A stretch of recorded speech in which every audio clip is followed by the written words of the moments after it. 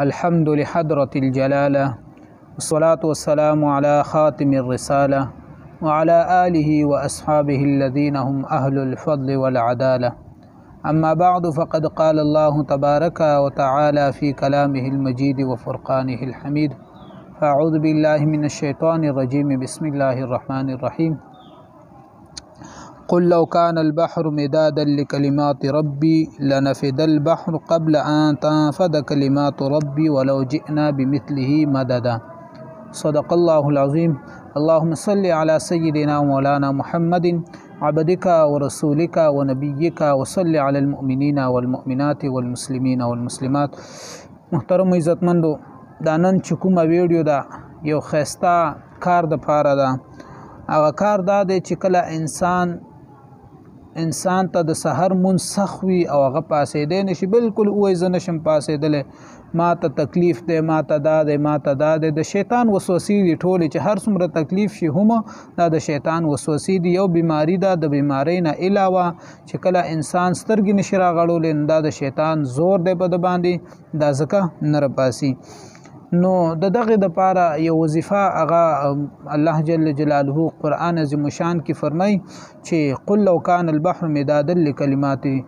دغه آیات تر اخره پورې چې کوم دی نو دغه د سوره کهف آیات دی، 109 نمبر آیات دی. دغه انسان چې کله دغه وظیفه وکي او دغه بسنګه کوي چې کله د شپې اوده کیږي، نو چې کم وخت د ځان سره په زړه کې ونیولو چې مطلب زه به په 4 بجې یا په 5 بجې باندې راپاسم او زه به مونځ کوم، نو دا آیات مبارک ولوستلو، نو خدای پاک جل جلاله به دغه انسان په مکه ټیم باندې راپاسي چې په کوم ټیم باندې د اراده کړی و. که د تهجد اراده کړی و، الله جل جلاله به تهجد ته راپاسي. که د اذان اراده کړی و چې زه به د سحر اذان کوم، دا به الله جل جلاله د سحر د اذان په ټیم کې راپاسي. که چا دا اراده کړی و چې زه به جمع ته ځم، هغه ته به الله جل جلاله دغه توفیق ورکړي چې دا به جمع ته لاړ شي او رفا بسي. او که چا دا اراده کړی و چې نه زه صرف منځ ادا کوم، نو الله جل جلاله به دغه انسان ته دغه مکور کړي چې دا به منځ ادا کړي. نو دغه وظیفه به تاسو تخکاری دا چې کومه خطبه کې ما د آیات ولوستلو، قل لو کان البحر مدادا، دغه آیات چې کوم اخره پورې دی دغه ما ولوستلو، دا به تاسو په دې سکرین باندې ښکاري.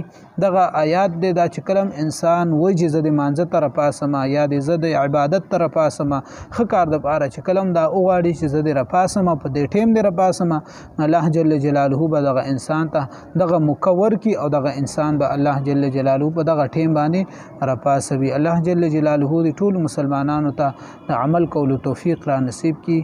وما علینا الا البلاغ المبین.